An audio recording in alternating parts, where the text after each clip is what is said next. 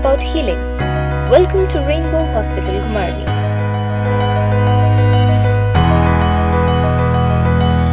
24 घंटे उपलब्ध सेवाएं जैसे laboratory, X ray digital, nursing, ultrasound, CT scan, ambulance, वाइया और कैंटीन। 24 घंटे आपातकालीन सेवाएं,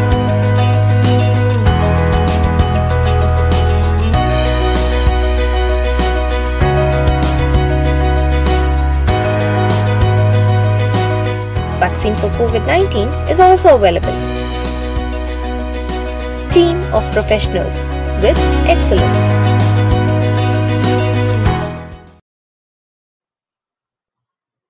अगर आप चाहते हैं आपका बच्चा डॉक्टर, इंजीनियर और ऑफिसर बने या फिर चाहते हैं सरकारी नौकरी करवाना, तो आज ही ज्वाइन करवाए जुबा एकेडमी। यहाँ एक्सपीरियंस स्टाफ द्वारा NEET, JEE, NDA, agriculture, horticulture, TET, TGT, commission, allied services, सैनिक स्कूल सहित तमाम सरकारी नौकरियों की तैयारी करवाई जाती है। हमारा पता है नजदीक मोनाल होटल, घुमारवी। आपके शहर में पहला Italian restaurant the Oven provide करता है आपको हाई क्वालिटी और hygienic service. With special roasted grilled paneer pizza, mocktails and shakes, oven special golden and oven special burger. Non-veg special chicken golden delight chicken fiesta, oven special burger and grilled sandwich. For health conscious people, green salad, corn pepper salad and farm fresh green salad. Desert special hot chocolate brownie with vanilla ice cream and fried ice cream with honey. Friday special offer, buy one get one free only on medium pizza. हमारा पता है the oven, opposite civil hospital, घुमारवी, district Bilaspur. Bhushan jewellers, अनमोल रिश्तों के लिए।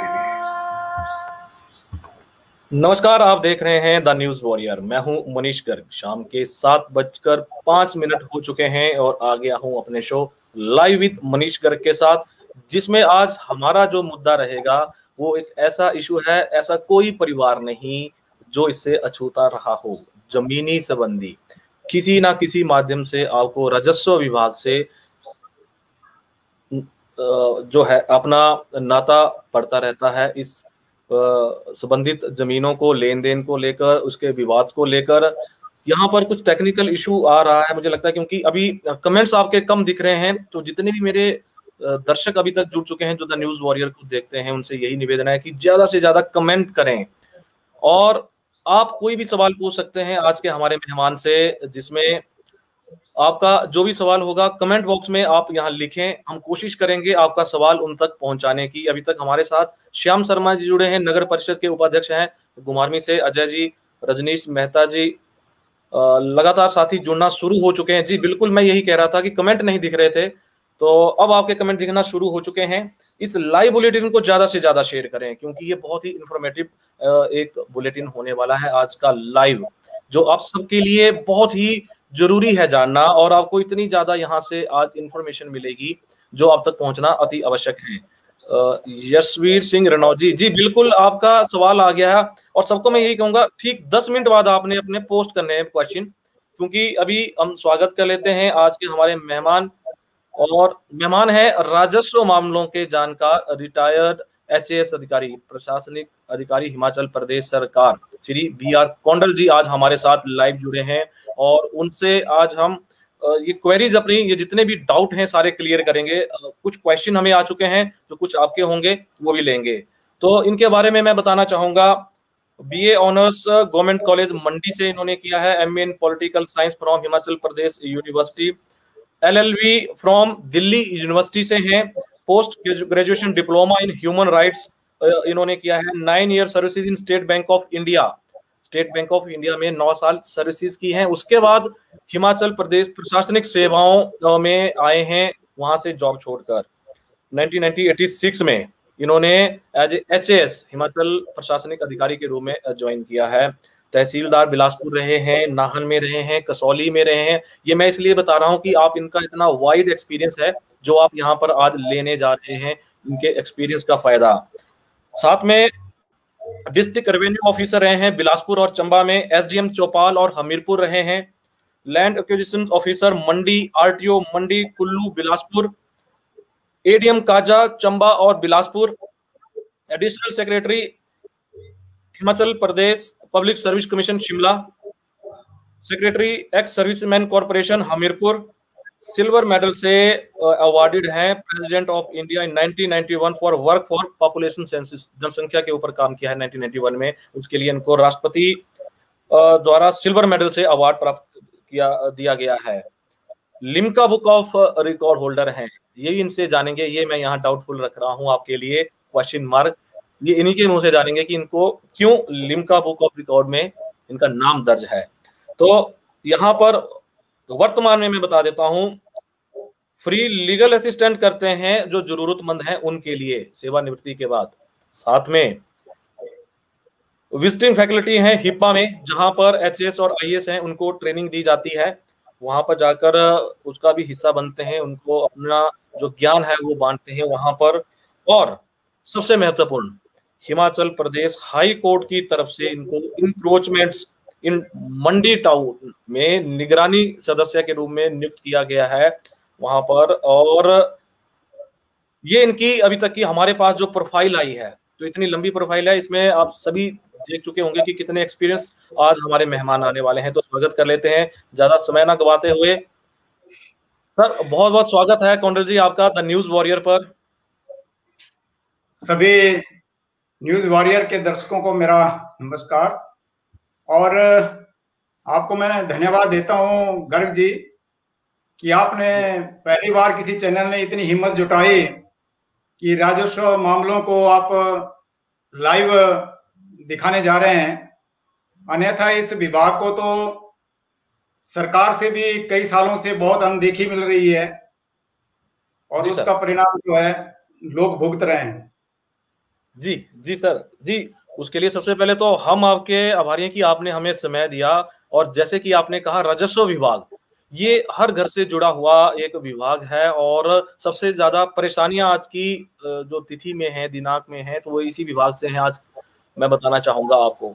तो एक क्वेश्चन हमने यहाँ पर छोड़ दिया था जो मैंने लिम्का बुक ऑफ रिकॉर्ड का था, तो मैं चाहता हूं आप उसी से बताएं कि आपका नाम लिम्का बुक ऑफ रिकॉर्ड में क्यों दर्ज है।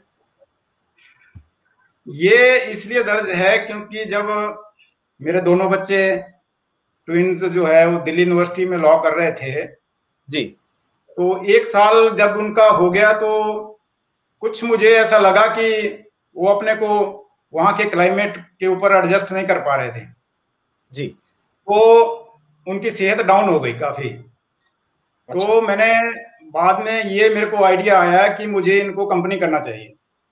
ओके। तो मैंने अपने डिप्टी कमिश्नर जी से पूछा, मिस्टर द्वेष जी थे, मैंने कहा सर मैं स्टडी लीव जाना चाहता हूँ। तो उन्होंने कहा यार क्या मूर्खता कर रहे हो, एसडीएम हमीरपुर लगे हो, वहां जाके फिर बच्चे बन जाओगे। तो मेरा तो समझ नहीं आ रहा है कि आप क्यों स्टेप ले रहे हैं सब। अच्छा, उस वक्त आप एसडीएम हमीरपुर थे? हाँ, मैं एसडीएम हमीरपुर था उस वक्त, लेकिन क्योंकि मुझे बच्चों की चिंता थी तो मैंने फिर ये स्टेप ले लिया। मैंने एंट्रेंस टेस्ट की तैयारी की दिल्ली यूनिवर्सिटी की, और मैंने सरकार को रिक्वेस्ट किया और सरकार ने कृपा की और मुझे स्टडी लीव सैंक्शन कर दिया था जी। उसके बाद तो जब मैं वहां पर पढ़ रहा था, तो पढ़ने से पहले ही जब मैं अभी दिल्ली यूनिवर्सिटी के लिए प्रोसीड करना था, 2 दिन पहले ही ना मालूम एक हमीरपुर से दैनिक जागरण वालों ने कोई नेशनल न्यूज लग गया एक छोटा सा जी, कि एक पिता जो है 2 पुत्रों के साथ एलएलबी करने जा रहे हैं दिल्ली यूनिवर्सिटी से। अच्छा। तो वो नेशनल न्यूज बनने के कारण वहां पर जो टीवी था चैनल, इन्होंने कहीं अपने यहाँ के कॉरेस्पॉन्डेंट को, एंकर को बोला कि भाई ये एक स्टोरी है तो आप इनके घर जाइए और इनकी फिल्म बनाइए। अच्छा, तो इन्होंने यहाँ पर आकर 1 घंटे की मेरी फिल्म बनाई, और अभी मैं दिल्ली यूनिवर्सिटी में पहुंचा भी नहीं था, इतने में वो वहां पर चैनल में चलना शुरू हो गई। अच्छा। तो उसके बाद ये न्यूज जो है बहुत फ्लेयर अप हो गई दिल्ली में, और उसके बाद मेरे को लिम्का बुक ऑफ रिकॉर्ड ने अप्रोच किया। ओके। ये एक यूनिक उदाहरण है क्योंकि इससे पहले शायद अटल बिहारी वाजपेयी जी ने और उनके पिता ने लॉ किया था इकट्ठे। अच्छा, क्या बात है, क्या बहुत बड़ी जानकारी। उन्होंने कहा कि ये जो 2 बच्चे हैं और एक पिता है, ये ऐसा एग्जाम्पल हमारे पास नहीं है जी। इसलिए उन्होंने इसको लिम्का बुक ऑफ रिकॉर्ड में 2007 में दर्ज किया हुआ है। 2007 में, जिसमें मतलब पिता 2 पुत्रों के साथ LLB करते हैं। हाँ, सेम कोर्स में एक पिता 2 पुत्रों के साथ। जी। तो जी, जी। ये इसके पीछे जो रहस्य था, ये मैं चाहता था कि आप ही इसको यहाँ पर बताएं, हमारे जो दर्शक हैं। तो अब बात करते हैं सर विभाग की। सबसे पहले जो आपका विभाग है, अगर कोई आम जनता इसको समझना चाहती है तो सबसे बड़ी मुश्किल क्या आती है कि ये उर्दू में इसकी शब्दावली है, तो यहीं से ही डिफिकल्टी शुरू हो जाती है, पहले स्टेप से ही राजस्व विभाग की। तो जब एंट्री ही ऐसी है तो आगे आज तक सरकारों ने, आपके पास इतना लंबा एक्सपीरियंस है, इसको हिंदी या अंग्रेजी में क्यों कन्वर्ट नहीं किया जाता है, ताकि जो न्यू जनरेशन है, क्योंकि मुझे सवाल आए हैं ये 45 साल तक के जो हैं उनके मैक्सिमम ये सवाल था कि हम समझना चाहते हैं इस विभाग को, परंतु जो लैंग्वेज है उर्दू है, उसके बाद हम हट जाते हैं पीछे। इसके ऊपर क्या कहना चाहेंगे आप? ये बात सही है कि जो 45 साल से छोटे हैं जी, उनको इसकी टर्मिनोलॉजी समझ नहीं आती है। उसका कारण है क्योंकि वो उस प्रकार से जमीन से नहीं जुड़े हैं जिस प्रकार से हमारे बुजुर्ग जुड़े हुए होते थे। बिल्कुल। और वो एग्रीकल्चर फार्मिंग करते थे और हमेशा पटवारी से उनका संपर्क रहता था। जी। तो जो ऐसे शब्द थे जो कि हमारे जो किसान भाई थे या हमारे बुजुर्ग थे उनके मुंह पर जो प्रचलित थे, वो शब्द जो है विभाग ने अभी तक नहीं हटाए हैं। जैसे मैं एक एग्जांपल देता हूं आपको, इंतकाल।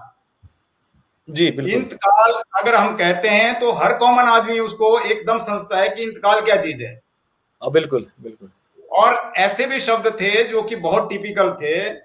हम लोगों ने जब ये सर्विस ज्वाइन किया था तो धर्मशाला में हम जब पहली बार गए, वहां सेटलमेंट ऑफिसर राजवंश संधू जी थी, बहुत कॉम्पिटेंट ऑफिसर रहे हुए हैं रेवेन्यू में और एडमिनिस्ट्रेशन में।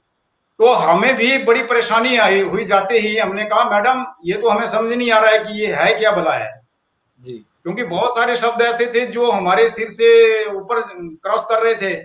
जी। तो उन्होंने कहा कि आप जब बार बार इन शब्दों का प्रयोग करेंगे तो ये शब्द बिल्कुल आपके लिए कॉमन बन जाएंगे। जी। अच्छा, ये तो एक बात रही कि जो शब्द प्रचलित हैं जो लोग समझते हैं उनको आज तक चलने दिया है। चलने दिया कुछ गया, शब्द बिल्कुल। ये जो कि प्रचलित आगे नहीं चलने वाले थे या टिपिकल थे, उनको जो बंदोबस्त हमारा होता है, लैंड सेटलमेंट जो होती है जी, उस वक्त एक सेटलमेंट हिदायत बनती है जी। उसमें इन चीजों के ऊपर गौर किया जाता है और जिन शब्दों को हटाने की जरूरत होती है उन शब्दों को वहां से हटा दिया जाता है।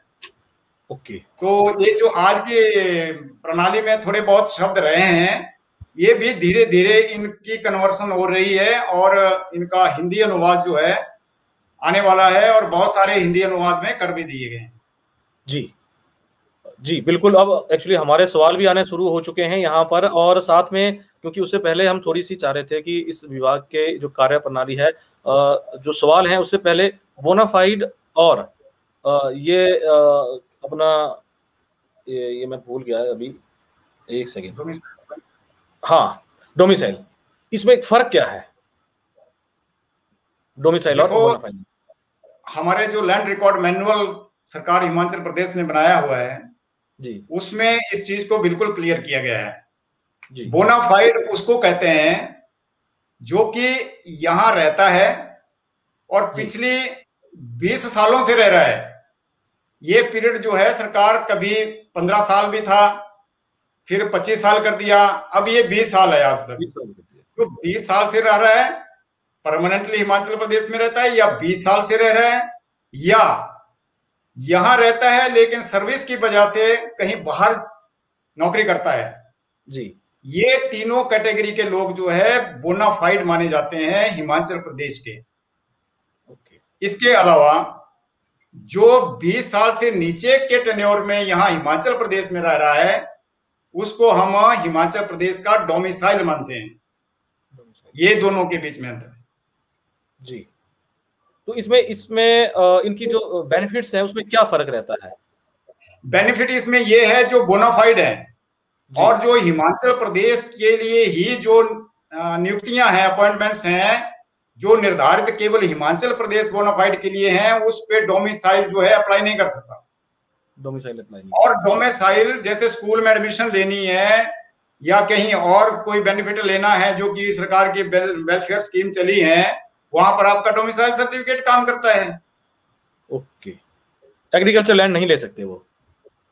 एग्रीकल्चर लैंड एक अलग इशू है, वो उसके अलग, ऊपर वो हम आगे बात करेंगे जब 118 की बात आएगी, मैं उसमें आपको एक्सप्लेन करूंगा। ठीक ठीक। तो सर पहला सवाल हम यहाँ से इनका भी ले लेते हैं, क्योंकि काफी सवाल भी आ रहे हैं तेजी से। यशवीर सिंह रनौत जी हैं, अध्यापक हैं। इनका कहना है लगभग 30 वर्ष पूर्व एक व्यक्ति ने मुस्त्रिका भूमि से अपने हिस्से से कुछ बिग्गा जमीन बेची थी, ठीक है सर, लेकिन राजस्व रिकॉर्ड में ये जमीन उसी मुस्त्रिका भूमि के अन्य हिस्सेदार मालिक के खाते में बेची हुई दर्ज है। अब इसकी दुरुस्ती कैसे कर सकते हैं? ये सर आप गॉट इट माय पॉइंट, या दोबारा पढ़ूं मैं? नहीं, ये प्रश्न स्पष्ट नहीं हुआ है। इसमें सर इनका कहना है कि 30 साल पहले एक व्यक्ति ने मुस्त्रिका भूमि जो है अपने हिस्से की 1 बिग्गा बेच दी थी, परंतु जो राजस्व रिकॉर्ड है उस ये जमीन उसी मुस्त्रिका भूमि के अन्य हिस्सेदार मालिक के खाते से भी बेची हुई दर्ज पाई जा रही है। किसी अन्य जो है ना मुस्त्रिका के मालिक जो हैं, उन्होंने भी, जो हिस्सेदार थे, उन्होंने भी उसी जमीन के हिस्से को बेच दिया है। तो इसका जो है दुरुस्ती कैसे की जाए, ये इनका कहना है। ये जो है, अगर वो जो बेचने वाला है वो केवल एक व्यक्ति है उस मुश्तरके खाते में से जी, और और उसने अपना शेयर बेचा है जी, तो वो बाकियों के शेयर के अगेंस्ट नहीं दर्ज होगा। अगर किया है तो गलत है। ओके। अगर ये क्लैरिकल मिस्टेक है तो ये जो है रेवेन्यू डिपार्टमेंट आज की डेट में भी इसको ठीक कर सकता है। लेकिन अगर ये क्लैरिकल मिस्टेक नहीं है, कोई और इसमें टेक्निकल प्रॉब्लम है, तो इनको इसकी दुरुस्ती जो है सिविल कोर्ट में जाकर करना पड़ेगी। अन्यथा अगर ये क्लैरिकल मिस्टेक है तो रेवेन्यू डिपार्टमेंट इसको कर सकता है। तो इनको पहले जो डिपार्टमेंट में जाना चाहिए, डिपार्टमेंट में जाना चाहिए, अपनी जो सेल डीड है उसको बताएं अपने तहसीलदार को। यदि वहां पर जो ट्रांजैक्शन है वो ठीक हुई है तो फिर उसको क्लैरिकल मिस्टेक मानकर उसको करेक्ट किया जा सकता है। ओके। इसमें मुझे लगता है आप जो कह रहे हैं वो क्लैरिकल मिस्टेक हो सकती है, क्योंकि 30 साल पुरानी ये बात है और 30 साल पहले किसी ने जमीन बेची और जो उसके हिस्सेदार थे उस मुश्तरका के दूसरे, तो उनके खाते से भी ये बिकी हुई जमीन बताई जा रही है। ये गलत हुआ है। कैसे हुआ है ये तो रिकॉर्ड देख के पता चलेगा। रिकॉर्ड देख के पता, अगर नहीं है तो इनको फिर सिविल उसमें जाना पड़ेगा। इसमें अगर नहीं, अगर क्लैरिकल मिस्टेक है तो सिविल में जाने की जरूरत नहीं है। एचपी लैंड रेवेन्यू एक्ट में इसका प्रोविजन है। जी, यहाँ पर सर दौलत चौहान जी हैं, इनका सवाल है पीडब्ल्यूडी विभाग को जो जमीन रोड निकालने के लिए दी जाती है, अगर रोड नहीं निकलता है तो उस जमीन को कैसे वापस लिया जाए? क्या इज इट पॉसिबल, क्या ऐसा हो सकता है कि एक बार आपने जो गिफ्ट डीड कर दी है उसको वापस ले सकते हैं? जो गिफ्ट डीड है क्योंकि इनका कहना है कि पीडब्ल्यूडी को दी थी हमने रोड निकालने के लिए, विभाग ने रोड नहीं निकाला तो हम चाहते हैं वापस उसको लेने के लिए। नहीं, उसमें देखना पड़ेगा मोड क्या है, क्या उन्होंने गिफ्ट किया है, सेल किया है। ओके, दौलत चौहान जी इस क्वेश्चन को आप एक बार नीचे लिखें कि आपने गिफ्ट डीड है ये या आपने सेल डीड है ये, यही आप जानना चाह रहे हैं ना सर? हाँ, या तो किस मोड से उन्होंने उनको ट्रांसफर किया हुआ है इसको। जी, आशा शर्मा है, 1982 में फैमिली पार्टीशन के लिए अप्लाई किया था, सेकंड पार्टी एग्री नहीं हुई, फिर 1985 में विड्रॉल के लिए अप्लाई किया फर्स्ट पार्टी ने और तब सेकंड पार्टी एग्री हो गई पार्टीशन के लिए। फर्स्ट पार्टी के अब्सेंस में पार्टीशन हुआ। Till date the case has shifted to high court. 2006 में कोर्ट ने तहसीलदार को ऑर्डर दिया कि स्पॉट पर जाकर पार्टीशन करें, बट टिल डेट कोई भी फैसला नहीं हुआ। तो अब बताएं क्या करना चाहिए? समझ गए सर? समझ गया हूं मैं। ये विभाग की बहुत बड़ी दुर्दशा है इसमें। ये केवल इनके घर की कहानी नहीं है, ये घर घर की कहानी है। बिल्कुल बिल्कुल। तो इसमें जो पार्टीशन है बहुत सिंपल प्रोसेस है। हमारे इसमें लॉ में लिखा हुआ है, जो लैंड रिकॉर्ड मैनुअल है, एक्ट है, एचपी लैंड रेवेन्यू एक्ट है, उसमें दो किस्म से पार्टीशन होते हैं। एक तो फैमिली पार्टीशन है, अगर सारे शेयर होल्डर जो हैं एग्री हैं जी, तब तो आप सिंपली पटवारी के पास जाकर अपनी रपट दर्ज करवाकर वहां से ही आप सीधा म्यूटेशन दर्ज करवा सकते हैं उसके तदीमा बनाने के बाद। अगर सारे एग्री नहीं है तो उसके बाद एक दरखास्त जो आप तहसीलदार को दें, एसी फर्स्ट ग्रेड जो होते हैं, या नायब तहसीलदार एसी सेकंड ग्रेड को दें, और वहां पर जो हमारा पार्टीशन का प्रोसेस है उसको ज्यादा से ज्यादा 6 महीने में कवर करना होता है, और 6 महीने में वहां से ऑर्डर होके उसकी पार्टीशन होनी चाहिए होती है। लेकिन धरातल पे स्थिति ये है कि 6-6 साल एक पार्टीशन के लिए लग रहे हैं, और इसके बहुत सारे कारण हैं जो मैं आपको बाद में बताऊंगा अगर इसके ऊपर आप कोई क्वेश्चन करें। जी। राकेश रिक्की जी हैं, जिला कांगड़ा, हिमाचल प्रदेश के न्याय के लिए त्रस्त हजारों पौंग बांध विस्थापियों को किस माध्यम से राजस्थान में न्याय मिल सकता है, ये इनका क्वेश्चन है। हजारों विस्थापियों को जिला श्री गंगानगर में सिंचाई युक्त जमीनों के आवंटन, मॉनिटरी कंपनसेशन रूपी न्याय दिलवाने में प्रदेश सरकार, केंद्र सरकार, हिमाचल प्रदेश उच्च न्यायालय, भारतीय सर्वोच्च न्यायालय का क्या योगदान संभव है? इसमें कहीं पर भी किसी न्यायालय में जाने की आवश्यकता नहीं है, अगर दो प्रदेशों की सरकारें जो है वो लोगों के साथ न्याय करना चाहती है। ओके, ये बिल्कुल सही है कि यहाँ से ये विस्थापित हुए हैं और राजस्थान में इनको भूमि दी गई है, लेकिन वहां पर क्यों इनके कब्जे में वो भूमि नहीं आ रही है, ये वहां की सरकार को देखना चाहिए, और यहाँ की सरकार को ये मैटर राजस्थान सरकार से टेकअप करना चाहिए, और इसमें कोई ज्यादा लिटिगेशन में जाने की आवश्यकता नहीं है। अगर दोनों सरकारें इसमें अपनी पॉलिटिकल विल रखती हैं तो ये बहुत अच्छी तरह से मामला सुलझाया जा सकता है। जी। विशाल शर्मा जी लिखते हैं, अगर धोखे से अपने नाम जमीन करवा ली किसी ने तो उसका क्या तोड़ हो सकता है, जिनसे करवाई है उनकी डेथ हो गई है? ये आपको प्रूव करना पड़ेगा कि धोखे से कराई है, क्योंकि जिनसे करवाई है उनकी तो डेथ हो चुकी है, वो फिर ये इनके लिए बड़ी समस्या है मुझे लगता है। नहीं, समस्या तो उस पर डिपेंड करता है कि किस मोड से कराई है, उस मोड को कैसे आप बता रहे हैं कि ये धोखा हुआ है। क्या उसमें सिग्नेचर फोर्स्ड है, या कोई ऐसे और सर्कमस्टांसेस हैं, क्या वो मेंटली ठीक नहीं थे? अगर ये वो प्रूव कर देते हैं सिविल कोर्ट में जाकर तो इस लैंड को वापस लिया जा सकता है। जी विशाल जी, सिविल कोर्ट में जाकर प्रूव करें कि धोखाधड़ी कैसे हुई है प्रूफ के साथ, तब आपका इसका समस्या का समाधान हो जाएगा, जैसे कि कौंडल जी ने यहाँ पर बताया। संजीव ठाकुर जी कहते हैं, पंचायत सर्किल हटवाड़ में हुक्मी तकसीम नहीं हो पा रही है, कृपया इसका समाधान बताएं, कैसे हो सकती है? हुक्मी तकसीम तो वो होती है जो कि तहसीलदार ने करनी होती है, उनके पास जो केस किसी ने दायर किया हुआ है। अब क्यों नहीं हो रही है इसका कारण इनको बताना चाहिए। ये मतलब तहसीलदार को, ओके, ये तो तहसीलदार को करना चाहिए, क्यों नहीं कर रहे हैं? अगर कहीं पर कोई प्रॉब्लम आती है, लॉ में कोई प्रॉब्लम नहीं है, law is very clear, this is man made problem. जहां भी रेवेन्यू डिपार्टमेंट की प्रॉब्लम्स हैं, सारी रेवेन्यू, ये लॉ से संबंधित कोई प्रॉब्लम नहीं है, हमारा लॉ बिल्कुल क्लियर है। एक एक चीज का समय निर्धारण किया गया है, अगर कहीं कमी है तो वो है जो उसको कार्यान्वयन करने वाले हैं, जिसकी वजह से लोग दुखी हो रहे हैं। जी। पुरुषोत्तम शर्मा जी हैं, मंडी से जुड़े हैं। कौंडल जी को नमस्कार। मुजारा एक्ट और इसके तहत मिली जमीन के बारे में प्रकाश डालें, वाल उल अर्ज में देवता नवाली क्यों दर्शाए जाते हैं? टेनेंसी लैंड के ऊपर पूछ रहे हैं कुछ। इनका पुरुषोत्तम जी का सवाल है, मंडी से जुड़े हैं पुरुषोत्तम जी, और इनका है कि मुजारा एक्ट और इसके तहत मिली जमीन के बारे में प्रकाश डालें। उनको कैसे मिली, क्या उन्होंने इनकी वाल, और साथ में जुड़ा कि वाल उल अर्ज में देवता नवाली क्यों दर्शाए जाते हैं? वाजिब उल अर्ज जो है उसमें जो जिसका ये नाम ले रहे देवता का, अगर उनकी भूमि, वो ओनर है उस भूमि के, वो तो दिखाएंगे।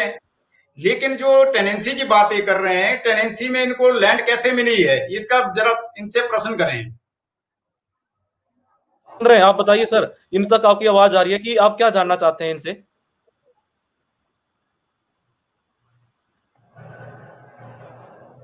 हेलो कौंडल जी, आप इनसे क्या जानना चाह रहे हैं? मैं ये जानना चाह रहा हूं कि टेनेंसी लैंड इनको कैसे मिली है, क्या इन्होंने रिजर्व कराई थी टेनेंसी एक्ट में, वो जिस टाइम इनकी भूमि जो है मुजारों को गई थी, ये जी क्या जानना चाहते हैं? जी, मुझे मुझे लगता है आपने सवाल सुन लिया जो पूछना चाह रहे हैं कौंडल जी, तो कृपया उसका आप एक बार फिर से मैसेज करें हमें।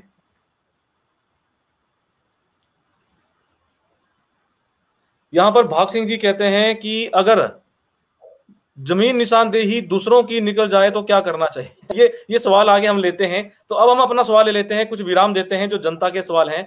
तो सर, अगर एक जैसे मुझे भी यहाँ पर ऑफलाइन ये सवाल आया है, कोई व्यक्ति अगर 65 साल से यहाँ रह रहा हो और उसके पास बंजर भूमि जमीन है, हालांकि बंजर हम सब यूज नहीं करते हैं, इसका कृषि योग्य नहीं है, उसके आधार पर उनके बच्चों को कौन सा सर्टिफिकेट मिलेगा? ये देखो, हर चीज जो है हमारे जो किताबें हैं इसमें नहीं लिखी होती है, और ये उनमें से एक चीज है जी। अब एक एग्जांपल मैं आपको दे दूं जो बहुत सारे लोगों की जानकारी के लिए आवश्यक है जी। इसी प्रकार का एक मामला 3-4 साल पहले मेरे पास आया था। एक व्यक्ति की 2 शादियां थी, और जब शादी के बाद जो एक पत्नी थी उसके 5 बच्चे थे, और उस पिता ने क्या किया कि वो सारे 5 बच्चों के नाम पर वो भूमि कर दी अपनी, और जो दूसरी पत्नी के एक बच्चा था उसको लैंडलेस कर दिया। जब वो व्यक्ति विभाग के पास गया कि मैंने एग्रीकल्चर लैंड खरीदनी है, तो हमारे विभाग ने इनकार कर दिया कि आप नॉन एग्रीकल्चरिस्ट बन चुके हैं, आप लैंड नहीं ले सकते। मैंने ये केस प्लीड किया था, लेकिन क्योंकि आपको मालूम है कई लोग प्रॉपरली लॉ को एक्सप्लेन नहीं कर पाते जी, और वो कन्विंस नहीं हुए, उन्होंने कहा नहीं ये नहीं खरीद सकता। मैंने कहा ठीक है, मैं सरकार को इस मैटर को डीसी के माध्यम से भिजवाता हूं, और ये मैटर डीसी के माध्यम से जब शिमला में गया, 1 साल तक फाइलों में घुमा, और 1 साल के बाद नोटिफाई हुआ कि इस प्रकार के केसेस में यदि कोई लैंडलेस भी हो गया है तो भी उसको एग्रीकल्चरिस्ट माना जाएगा। एग्रीकल्चरिस्ट स्टेटस जो है ये कोई इंडिविजुअल का नहीं होता है, ये फैमिली का स्टेटस होता है। तो इसी प्रकार से इनका भी जो प्रश्न है कि 65 साल से ये यहाँ हैं, तो इसका मतलब ये बोनाफाइड हिमाचली हैं। बिल्कुल। दूसरा प्रश्न आता है कि इनके पास जो भूमि है वो बंजर है जी। अब बंजर भूमि की अगर हम डेफिनेशन लें तो 2 साल तक लगातार जो भूमि कास्त नहीं की जाती उसको बंजर लिखा है हमारे लैंड रिकॉर्ड मैनुअल में। जी। तो क्या जो भूमि 2 साल पहले एग्रीकल्चर की जाती थी उसके ऊपर अगर 2 साल तक कोई व्यक्ति जो है उसकी कास्त नहीं करता तो क्या उसका एग्रीकल्चर स्टेटस जो है खत्म हो जाएगा? ये कॉमन सेंस की बात है। अधिकारियों को इसके ऊपर अपना दिमाग अप्लाई करना चाहिए। ये किताब में कहीं लिखा हुआ नहीं मिलेगा कि उस बंजर भूमि के अगेंस्ट उसको एग्रीकल्चरिस्ट माना जाए, लेकिन इसके पीछे लॉजिक ये है कि जब 2 साल में आप अपने आप उस भूमि को बंजर बना रहे हैं क्योंकि वो उसके ऊपर एग्रीकल्चर नहीं कर रहा है जी, लेकिन हो सकता है उसके ऊपर वो और काम कर रहा हो, बिल्कुल वहां पर मुर्गी पालन कर रहा हो, पशु पालन कर रहा हो, या कोई एग्रीकल्चर परस्यूट्स कोई और चला रखा है उसने ऊपर जिसकी वजह से वो बंजर हो। तो ये सारे लोग जो एग्रीकल्चर लैंड खरीदने के लिए एलिजिबल हैं, ये लॉ में लिखा हुआ है 118 में, ये एचपी लैंड टेनेंसी एक्ट में। तो इसमें कोई हिच नहीं है। अगर बंजर भी है जमीन तब भी उसके बच्चे जो है वो एग्रीकल्चरिस्ट माने जाएंगे जी। और साथ में अगर सर इससे मिलता जुलता ही दूसरा मैं अगर सवाल करूं कि अगर वो यहाँ पैदा हुए हैं, यहीं पे यही सवाल है, और उनके पास कोई भी जमीन नहीं है, तब उनको कौन सा सर्टिफिकेट, क्या वो बोनाफाइड होंगे? फिर बोनाफाइड तो होंगे ही, वो बोनाफाइड कह दिया आपको कि 20 साल से जो व्यक्ति लगातार यहाँ रह रहा है, चाहे जमीन हो चाहे ना हो, उसका जमीन का कोई रिलेशन ही नहीं है उससे। तो पर ऐसे मंडी, ऐसे उन्ना में ऐसे केस क्यों है, ऐसे बड़े पेंडिंग पड़े हुए जहां पर अधिकारी मना करते हैं बोनाफाइड देने के लिए? ऐसा है, ये सवाल जिन्होंने भेजा है उन्होंने कहा है कि यहाँ मना किया गया देने के लिए उन्ना में, तो इनको आगे जाना चाहिए, है ना? तो आपकी राय क्या है? जो है अगर कोई मना करता है तो रिटर्न में मना कराइए और उसकी अपील जो है वो नेक्स्ट अधिकारी को करिए, वहां पर वो उस मिस्टेक को ठीक कर दिया जाएगा। ठीक है, ये सब दो ऐसे सवाल हैं, इनसे हर कोई जुड़ा रहता है जो आपने अभी यहाँ पर आंसर किए हैं, और स्थिति भी आपने स्पष्ट की। यहाँ पर हमारे साथ दिनेश कुमार जी जुड़े हैं दिल्ली से। सबसे पहले तो मैं दिनेश कुमार शर्मा जी का धन्यवाद करना चाहूंगा। इन्होंने काफी आज इस जो प्रोग्राम है इसके पीछे इनका भी बड़ा हाथ है, और क्योंकि ये भी समस्या से जूझ रहे थे, इन्होंने मैसेज किया 3 दिन पहले कि जो प्रोग्राम है जल्दी से करवाएं उस प्रोग्राम को, इसके ऊपर एक प्रोग्राम होना चाहिए। ये ऐसी समस्या है जिससे हर परिवार जूझ रहे हैं। और इन्होंने एक पोस्ट भी डाली थी जिस पर काफी ज्यादा रिस्पॉन्स आया था इनकी पोस्ट पर, और काफी ज्यादा वहां पर इस विभाग को लेकर चर्चा हुई थी। तो इनका सर सवाल है, अगर निशानदेही पटवारी की गलत पाई जाती है तो क्या कोई सरकार की तरफ से कार्रवाई होती है? और दूसरा इन्होंने कहा था कि जब निशानदेही होती है तो 2 पार्टियां हैं, उनसे ही क्यों लिख कर लिया जाता है? अधिकारी क्यों ना वहां लिख कर दें, साइन करके जाएं कि ये सही है, अब इसके ऊपर कोई चैलेंज नहीं है। और इसी वजह से काफी केस लटके रहते हैं। निशानदेही एक ऐसा कार्य है राजस्व विभाग का, अगर वो सही किया जाए तो मैं कहता हूं 40% लिटिगेशन खत्म हो जाएगी। बिल्कुल बिल्कुल सर। जहां तक इनका प्रश्न है कि अगर पटवारी देता है, पटवारी कानून को जो भी देता है उसके बाद उसको क्या चैलेंज किया जा सकता है?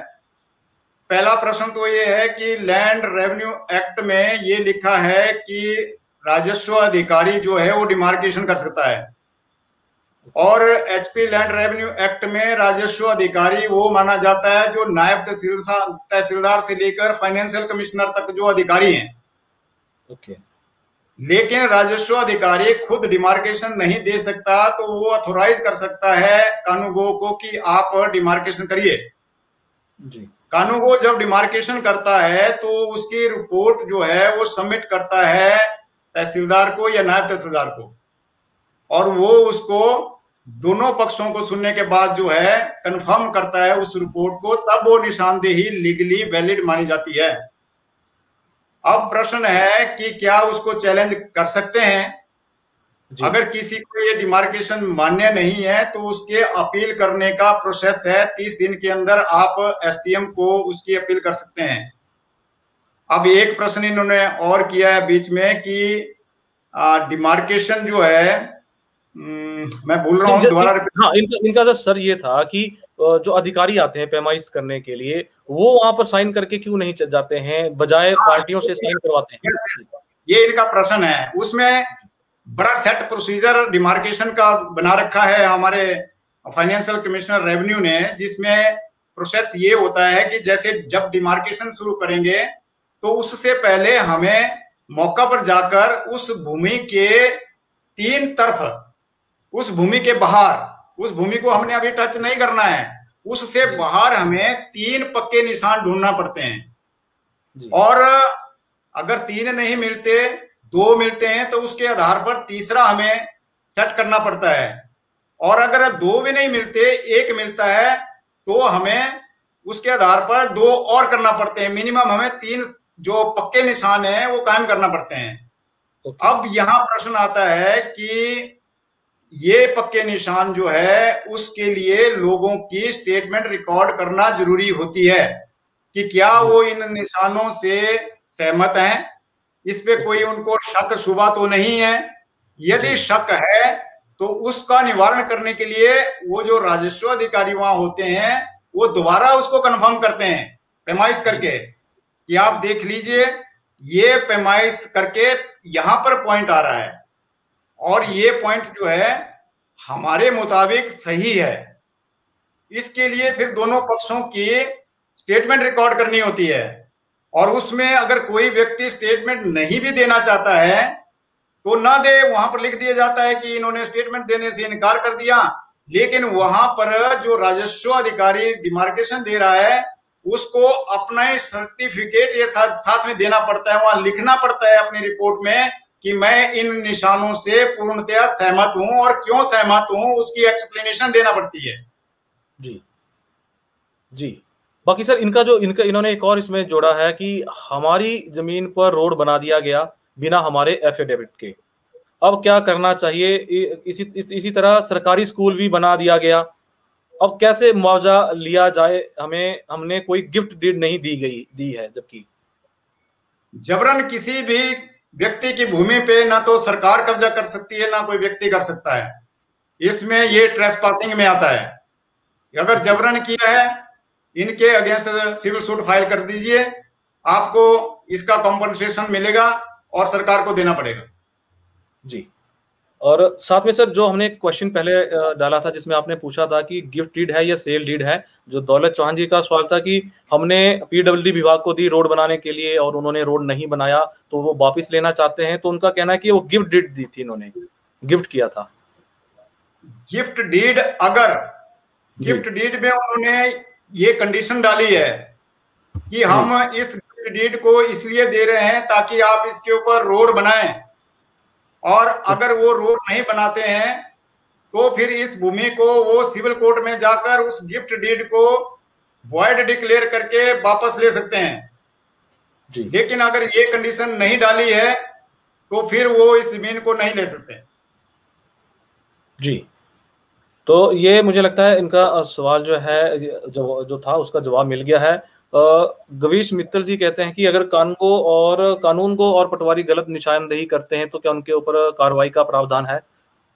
पहले तो ये समझना भी जरूरी होगा लोगों को कि गलत किसे कह सकते हैं, क्योंकि ये कैसे, मतलब अगर हो सकता है, ये इनका कहना है कि कोर्ट अगर डिसाइड करता है कि पहली पार्टी ठीक थी और इतना लंबा समय ये कोर्ट में गुजारते हैं, पैसा लगाते हैं, और फिर इनको लगता है कि नहीं, वो पहले वाले जो पटवारी थे उन्होंने या कानूनगो थे उन्होंने गलत दी थी, तब ये इनका मुझे लगता है ये चाह रहे हैं कि इसके रिलेटेड चाह रहे होंगे। ये पहली बात तो ये है कि पटवारी कानूनगो की जो डिमार्केशन होती है वो वैलिड तब मानी जाती है जब वो किसी एसी सेकंड ग्रेड या फर्स्ट ग्रेड के द्वारा कंफर्म की जाती है। ओके। इसलिए जब उन्होंने कंफर्म कर दी है तो वो पटवारी कानूनगो की रिपोर्ट इसका मतलब सही है। अगर इन्होंने उस वक्त उनके सामने कोई ऑब्जेक्शन फाइल किया है तो लॉ परमिट करता है कि राजस्व अधिकारी खुद मौके पर जाएगा और मौके पर जाकर उस डिमार्केशन को वेरीफाई करेगा, उसके बाद कंफर्म करेगा।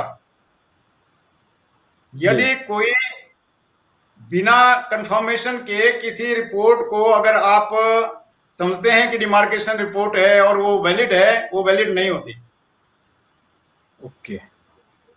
यहाँ पर राहुल पंडित जी हैं, उन्होंने कहा कि मनीष जी, कौंडल जी से एक बात जरूर पूछिए, लोक अदालत से फैसला आता है कि जमीन का पार्टीशन यानी कि तकसीम हो और उस ऑर्डर की कॉपी तहसीलदार कार्यालय में जमा भी करा दिया गया है, लेकिन आज दिन तक कोई भी कार्यालय धरातल पर नहीं हुआ, जबकि प्रभावित परिवार पटवार सर्कल कार्यालय और तहसीलदार कार्यालय के चक्कर काट काट कर थक चुका है।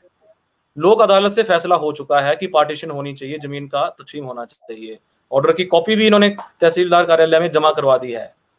ये इनका कहना है कि उसके बाद आज तक ये काम नहीं हुआ है, तो क्या करना चाहिए इनको एक दरखास्त लिखनी चाहिए पार्टीशन की, जिसमें सारे हिस्सेदार भी मेंशन होने चाहिए, और वो कोर्ट का कोई ऐसा आदेश है तो वो भी उसके साथ संलग्न करें, और उसके बाद तहसीलदार को डिमार्केशन करना पड़ेगी। लेकिन सिंपली अगर आप एक कोर्ट का आदेश ही उनको दे देंगे तो उस आदेश के ऊपर पार्टीशन कैसे करेंगे? वो तो कोई डायरेक्शन होगी, कोई सजेशन होगी कोर्ट ने दी हुई कि आप जाकर वहां पर पार्टीशन कराइए, तो पार्टीशन का प्रोसीजर तो आपको फॉलो करना पड़ेगा, तो आप प्रोसीजर फॉलो कर दीजिए और पार्टीशन हो जाएगा। ओके। पुरुषोत्तम शर्मा जी जो मंडी से जुड़े हैं, उनका कहना था कि वो एक्ट के बारे में जानना चाह रहे थे कि मुजारा एक्ट है क्या, और इसके तहत मिली जमीन के बारे में भी थोड़ा सा ये जानना चाह रहे थे। HP tenancy and land reform act 1972 जो है ये इसलिए आया था क्योंकि बहुत सारी जमीनें उस वक्त लोगों के द्वारा कास्ट की जाती थी और उसके बदले में वो मालिकों को गला बटाई देते थे। तो जब केंद्रीय सरकार ने देखा कि ये जो लोग हैं इतनी मेहनत करते हैं और इनको मेहनत का पूरा जो फल है वो नहीं मिलता, तो फिर ये टेनेंसी एक्ट जो है लाया गया था। इसमें जो मुजारे थे उनको 2 कैटेगरी में डिवाइड करके उनको इसके मालिकाना अधिकार दे दिए गए थे जमीनों के, जिन जमीनों को वो कास्ट करते थे जी। उसमें एक मौरूसी थे, और मौरूसी की डेफिनेशन में नहीं आते थे उनको गैर मौरूसी बताया गया है। तो उनको ये मालिकाना अधिकार इस एक्ट के तहत दिए थे, इसे टेनेंसी एक्ट कहते हैं। जी, सचिन गुप्ता जी कहते हैं तकसीम 2016 में हुई थी, लेकिन वो भी नहीं हुई जो अब सामने आया, तो क्या प्रोसीजर है? Who will be appealed authority? या सचिन जी थोड़ा स्पष्ट लिखें आपका, मैं समझा नहीं। इसमें लिखा है इन्होंने तकसीम 2016 में हुई थी, लेकिन वो सही नहीं हुई थी, ये इनका कहना है। लेकिन वो सही नहीं हुई जो अब सामने आया, तो क्या प्रोसीजर है? मतलब 2016 में तकसीम की, इनको लगता है कि वो सही नहीं हुई है, तो अब क्या करना चाहिए? तो 2016 के बाद आज 2021 तक वो क्यों घर में बैठे रहे? पहली बात तो ये देखने की है। इसमें एक लिमिटेशन होता है कि आपको एक अदालत के बाद दूसरी अदालत में अगर अपील करनी है तो एक लिमिट अवधि जो है, समय अवधि उसमें निर्धारित की है कानून में। फिर भी अगर कोई ऐसे कारण है जो इनके बियॉन्ड रीच हैं या ये इनको मालूम नहीं था और ऐसा कोई फैसला हो गया है इनकी एब्सेंस में, तो फिर उसमें वो अदालत में अपील कर सकते हैं आगे, और साथ में लिमिटेशन एक्ट में उनको उसको जो डिले हुआ है उसको कंडोन करने की एक एप्लीकेशन देना पड़ेगी। अगर अदालत समझती है कि इनका जो रीजन है वो जस्टिफाइड है, तो आज भी उसकी अपील जो है न्यायालय एक्सेप्ट कर सकता है। जी, वैसा ही मिलता जुलता एक और क्वेश्चन जो है यहाँ पर आया है, गुरदेव सिंह है। इनका कहना है हमारी जमीन का 40 साल से तकसीम का केस चला हुआ है, दूसरी पार्टी सहमत नहीं हो रही। अभी शिमला में केस चला है, तकसीम के लिए कितने साल लगेंगे? कृपया रास्ता बताएं। मैंने पहले भी स्पष्ट किया है कि पार्टीशन के केस के लिए 6 महीना अवधि जो है निर्धारित है, और अगर कहीं क्वेश्चन ऑफ टाइटल इन्वॉल्व होता है तो उसके लिए 9 महीने निर्धारित किए गए हैं।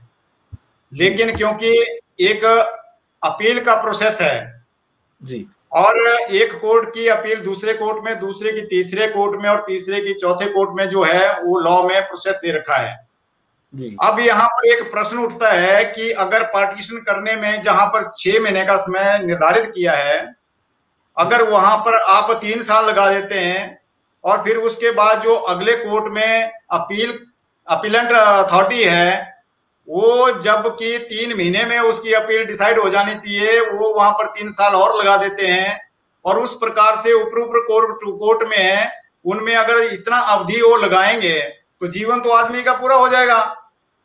बिल्कुल। तो ये जो प्रोसेस है लॉ बहुत क्लियर है। अभी मैं एक एग्जांपल आपको देता हूं। फाइनेंशियल कमिश्नर हिमाचल प्रदेश जो कि पूरे राजस्व विभाग को कंट्रोल करते हैं जी, उनके पास आप न्यायालय में कभी जाकर इन्वेस्टिगेट कीजिए कि पिछले 2 सालों में कितनी बार हियरिंग केसेस में हुई, वहीं से आपको पता चल पाएगा। जबकि एक रेवेन्यू केस में अपील जो है वो 3 पेशियों से चौथी पेशी में नहीं जानी होती है। उसमें प्रोसेस ये है कि जैसे कोई अपील फाइल करता है उसका फर्स्ट हैंड जो है उसका रिकॉर्ड जो है रिक्वेजिशन किया जाता है, और उसके बाद जो रेस्पोंडेंट हैं उनकी सर्विस होती है, और उसके बाद आर्गुमेंट करने होते हैं। आर्गुमेंट के दिन या नेक्स्ट पेशी पर डिसीजन सुनाना होता है। इसके लिए कितना समय लगता है? 3 महीने या 4 महीने, इससे ज्यादा समय नहीं लगता है। लेकिन 5-5, 6-6, 8-8 सालों से जो है केस न्यायालयों में लटके पड़े हुए हैं। सुपरविजन करने वाला कोई नहीं है। जो सुपरविजन करने वाले हैं उनके अपने न्यायालयों के हाल ये हैं, वो सबॉर्डिनेट को क्या डायरेक्शन देंगे, वहां से उनका सुपरविजन क्या करेंगे वो? जी बिल्कुल सर, एक पीढ़ियां की पीढ़ियां खप जाती हैं, पहले तहसीलदार से आगे के एसडीएम कार्यालय में, एडीएम में, डीसी साहब के पास, फिर फाइनेंस उसमें, तो ये पीढ़ी फिर कोर्ट में जाते हैं, तो तीसरी पीढ़ी को न्याय मिलता है जब एक पीढ़ी जमीन का केस शुरू करती है। ये जो है ये मैन मेड प्रॉब्लम है, ना कि कानून की प्रॉब्लम है। कानून बहुत स्पष्ट है इसके। अच्छा, तो ये मैन मतलब अपनी जगह से वो किसके भी दोषी कौन है, आपको क्या लगता है इसमें? दोषी मैं सुपरवाइजिंग ऑफिसर्स को मानता हूं, including minister of the revenue department. Okay, इस डिपार्टमेंट के ऊपर ना तो प्रशिक्षण का कोई आधार रहा हुआ है, ना तो निरीक्षण कर रहा है, और ये 2 चीजें जो है जब तक विभाग में स्ट्रेंथन नहीं की जाती तब तक लोगों को रिलीफ मिलने वाला नहीं है। ना तो लोग ऐसे ही अधिकारियों कोर्ट कचहरी के चक्कर लगाते रहेंगे और सालों पीढ़ियां खपती रहेंगी। बिल्कुल यही होता रह रहा है, क्योंकि रेवेन्यू बैकग्राउंड के लोग जब रेवेन्यू डिपार्टमेंट को संभालेंगे तभी रेवेन्यू डिपार्टमेंट में सुधार हो पाएगा। आप एक बिल्कुल ही जिसे कहते हैं, जिसको रेवेन्यू का एबीसी पता नहीं है, उन लोगों को आप रेवेन्यू की मिनिस्ट्री दे देते हैं और उन लोगों को आप एडिशनल सेक्रेटरी या फाइनेंशियल कमिश्नर रेवेन्यू बना देते हैं और उन्हीं लोगों को आप कमिश्नर बना देते हैं, उन्हीं को डिप्टी कमिश्नर बना देते हैं। तो मुझे बताइए ये कहां से न्याय मिलेगा लोगों को? एक डिप्टी कमिश्नर जो है इस वक्त डीसी में पब्लिक के लिए चीफ सेक्रेटरी से भी ज्यादा इंपॉर्टेंट होता है और उसको हर सब्जेक्ट का नॉलेज होना चाहिए और वो एक काफी लंबी अवधि तक उसको एडमिनिस्ट्रेशन में काम करने के बाद डिप्टी कमिश्नर लगना चाहिए। लेकिन हो क्या रहा है, 4 साल 5 साल की सर्विस के बाद आप देख रहे हैं डिप्टी कमिश्नर लग रहे हैं, फिर कहां से रेवेन्यू आएगा उनको? ट्रेनिंग के दौरान के हालात मैंने बता दिए थे। जब ट्रेनिंग सेटलमेंट में देने के लिए इनको भेजा जाता है तो वहां पर या तो रेस्ट हाउस में सोए होते हैं या जहां पर इनकी ड्यूटी लगती है वहां से घर भाग जाते हैं।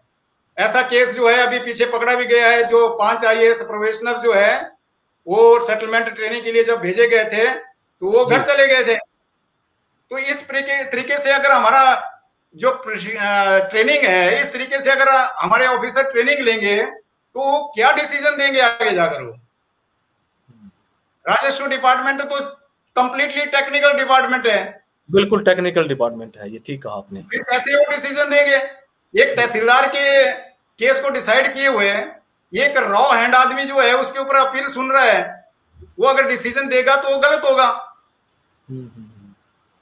ये प्रॉब्लम इस डिपार्टमेंट में आ रही है जिसको देखने वाला कोई नहीं। इससे जुड़ता हुआ एक सवाल जरूर सर करूंगा जो वर्तमान सरकार का है, जो जनमंच स्टार्ट किया है वर्तमान सरकार ने, जहां पर मंत्री साहब या विधायक मंत्री ये सभी वहां बैठ जाते हैं और एक लोक अदालत लगती है। वहां पर जनमंच में 90% मामले भूमि विवाद के होते हैं। तो क्या इसके ऊपर वो टिप्पणी करना ये सही है, या ये लोग जो कोर्ट में केस चले हैं वहां पर अधिकारियों को बोलते हैं कि आप इसका सॉल्व करो, तो इसके ऊपर आपकी क्या राय है? वैसे क्या वो मामले वहां सॉल्व होते हैं, ऐसे होने चाहिए? मैं कहता हूं जब सरकार के ध्यान में ये चीजें आती है जी तो तुरंत इसके ऊपर एक्शन होना चाहिए।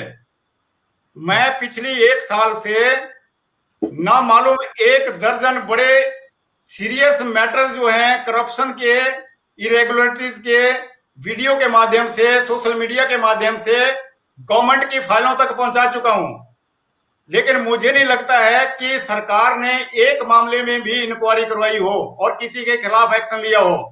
इच्छा शक्ति का अभाव। जब इस प्रकार का वर्किंग होगा जी तो फिर कैसे आपको न्याय एक्सपेक्ट कर सकते हैं आप? बिल्कुल बिल्कुल बिल्कुल बिल्कुल सही। सर अगला क्वेश्चन यहाँ राजकुमार जी पूछ रहे हैं, क्या नहीं ये हरवंश जी का क्वेश्चन है, मुजारा एक्ट क्या मंदिर की जमीन पर भी लागू होता है? मंदिर की जमीन के ऊपर भी लागू होता है और हुआ भी है। जी जी, जी। अगर गैर मुजारे लगे हो तो असली मालिक कौन है? जो असली मालिक है वो क्या गैर मुजारा लगा हो? असली मालिक है जो गैर मुजारा लगा हो। हाँ जी, अगर जगह पर गैर मुजारे लगे हो तो असली मालिक कौन है? नहीं, मालिक तो जो मालिक के खाने में जिसका नाम होगा वो मालिक होगा, लेकिन जो काश्तकार के खाने में जिसका नाम होता है और वो रेंट देता है अपने मालिक को, उसको मुजारा कहते हैं। लेकिन अगर कहीं मुजारा किसी कॉलम में लगा हुआ है और जमाबंदी में रिकॉर्डेड है और वो उसका रेंट देते हैं उनको, तो टेनेंसी एक्ट में जो है उसको मालिक बन जाना चाहिए था आज तक।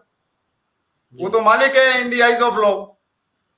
जी सर, एक और बड़ी समस्या आती है, ये हमारे पास भी बड़े ऐसे केस आते हैं। इसमें लिखा है कि हमारे लैंड रिकॉर्ड में दादा का नाम थोड़ा अलग है और हमारे एजुकेशन सर्टिफिकेट पर थोड़ा अलग है। अब दादा की मृत्यु हो चुकी है तो अब इसे कैसे सुधार किया जा सकता है? पहली बात तो ये है कि जब सर्टिफिकेट पे दादा का नाम तो आता नहीं है, वो तो बाप का नाम आएगा। बिल्कुल, तो उसको दुरुस्त करने की आवश्यकता ही नहीं है। लेकिन फिर भी अगर बाप के नाम में कोई गलती है तो उसको डिपार्टमेंट ठीक कर सकता है, उसमें एलियास साथ लगता है, उर्फ उर्फ जिसे कहते हैं फलाना उर्फ फलाना, उसके लिए दरखास्त दीजिए और उसकी करेक्शन हो जाती है और रिकॉर्ड हो जाएगा। जी यहाँ पर एक सवाल है कि लोक अदालत में जो राहुल पंडित जी थे उनका कहना था कि लोक अदालत में ये फैसला 4 या 4.5 साल से ऊपर हो चुका है पर अभी तक तकसीम नहीं हुई है, ये इनका कहना है। लोक अदालत में जो है वो कॉम्प्रोमाइज हुआ होगा। ओके। उसमें यह हुआ होगा कि वहां आप इसकी तकसीम करा लेंगे जी। और जब इस तरीके से वहां से केस इन्होंने अपना खत्म करवा दिया ये कहकर कि हम तकसीम करा लेंगे, तो केवल उस ऑर्डर के आधार पर ही तकसीम नहीं होगी जी। उनको प्रोसीजरली दरखास्त देना पड़ेगी तहसीलदार के पास और उस कोर्ट के ऑर्डर को भी आप साथ लगा दीजिए। और ये इन्होंने दे दिया सर, तहसीलदार के पास दे दिया इन्होंने, ये कहा इन्होंने 4 सालों से देके रखा। उन्होंने कोर्ट ऑर्डर की कॉपी दी है, उन्होंने दरखास्त नहीं दी है। ओके, दरखास्त देनी पड़ेगी साथ में, देना पड़ेगी। ठीक। प्रदीप कौंडल जी हैं सर, इनका क्वेश्चन यहाँ पर आया है, अगर 2 हिस्सेदारी और 1 हिस्सेदार बाउंड्री पर पेड़ लगाएं तो क्या दूसरा इसको रोक सकता है? क्या राजस्व विभाग ने कुछ दूरी सुनिश्चित की है बाउंड्री के साथ पेड़ लगाने को लेकर? जब आपका मुश्तरका खाता है जी, तो उसमें लॉ ये है कि एक आदमी का कब्जा सबका माना जाता है। जहां तक पौधे लगाने की बात है, आप मेड के ऊपर पौधे लगा सकते हैं लेकिन इस तरीके से लगाएं कि दूसरे के लिए डिस्टरबेंस ना हो। जी, ये तो कॉमन लॉ है कि आपकी स्वतंत्रता वहां तक जाती है जहां से दूसरे की स्वतंत्रता का बाउंड्री स्टार्ट होती है। जी, अगर आप उसके ऊपर इनक्रोच करेंगे तो गलत होगा। तो कानूनी उनको रोका जा सकता है, इनका कहना है कि अगर कोई जबरदस्ती बाउंड्री पर लगाता है। कानूनी तो कैसे रोकेंगे जब मैं कह रहा हूँ एक का कब्जा जो पौधे अपनी, हालांकि वो पौधे अपनी जमीन पर ही लगा रहे हैं परंतु बिल्कुल बाउंड्री के ऊपर है जिससे उनको परेशानी हो रही है, इनका कहना है।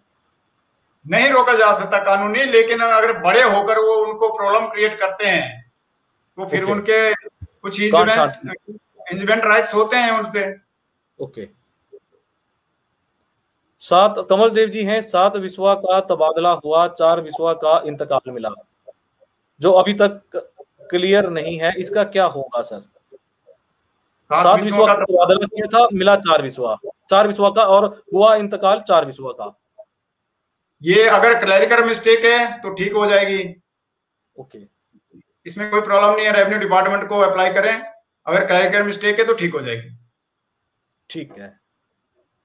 यहाँ पर लैंड लेस सर्टिफिकेट बनवाने हो तो जैसे जमीन दादा के नाम होती है, रविंदर चंदेल हैं सर, जैसे हम लैंड लेस सर्टिफिकेट बनवाना है, जैसे जमीन दादा के नाम होती है और फादर चाचा 2-3 भाई होते हैं और जमीन 12 से 15 बीघे तक हो, तो वो कैसे बन सकता है? हिस्सेदार यानी कि 2 से 4 लोग हैं। देखो, अगर इस तरीके से लैंड लेस सरकार डिक्लेयर करने लगी लोगों को तब तो फिर यहाँ पर जो है वो 60% सारे लैंडलेस हो जाएंगे। लैंडलेस हो जाएंगे बिल्कुल। ये लॉ जो है इसको परमिट नहीं करता। उनका जो है इनहेरेंट एक राइट है उस अपने बुजुर्ग की जगह में, अपने बाप दादा की जगह में उनका एक राइट है, उनके जन्म से जुड़ा हुआ है, इसलिए उनको हम लैंडलेस कैसे डिक्लेयर करें? क्या वो पॉसिबल है? कोई लॉ इसको परमिट नहीं करेगा। जसवंत राव जी कहते हैं 50 साल पहले हमने मकान बनाया था, जमीन किसी और की है, तो क्या कब्जा बहाल हो सकता है? पहली बात है कि जब वो मकान बनाया था, कब जमीन किसी और की है, क्या उन्होंने उनको परमिट किया था जी, या जबरन बनाया था?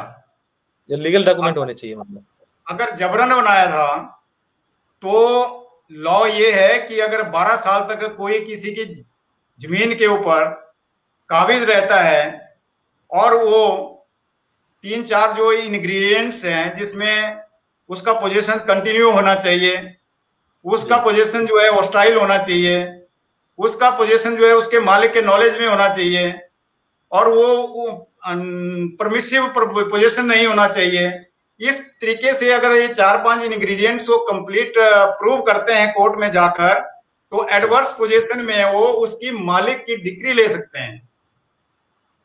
जी सर, निशानदेही बड़ा ही विवादित एक मुद्दा है ये, इस विभाग का, राजस्व विभाग का। सारी की सारी परेशानियों की जड़ जो है वो निशानदेही है। तो इसके ऊपर क्योंकि कभी एक पटवारी आते हैं तो वो निशानदेही देते हैं, दूसरे आते हैं उनकी अलग होती है। तो ये जो जरेब है, ये इसमें कोई फॉल्ट है, उनकी अलग अलग जरेब रहती है, या फिर वो उनकी पैमाइश में फर्क रहता है? चाहे पटवारी हैं, चाहे पैमाइश करने वाले कोई भी हैं, कानून जो है जरेब में तो फर्क नहीं होता। जरेब को अगर आपने आजमाइश करना हो तो पटवार खाना के बाहर एक अड्डा बनाया होता है पटवारी ने, वो कागजों में तो बना हुआ है, लेकिन धरातल पे आपको, मेरे को नहीं लगता कि 80% पटवार खानों के सामने मिलेगा। उसका पर्पज यही होता था कि जो जरेब है उसकी लंबाई को लोग वहां चेक कर सकते थे।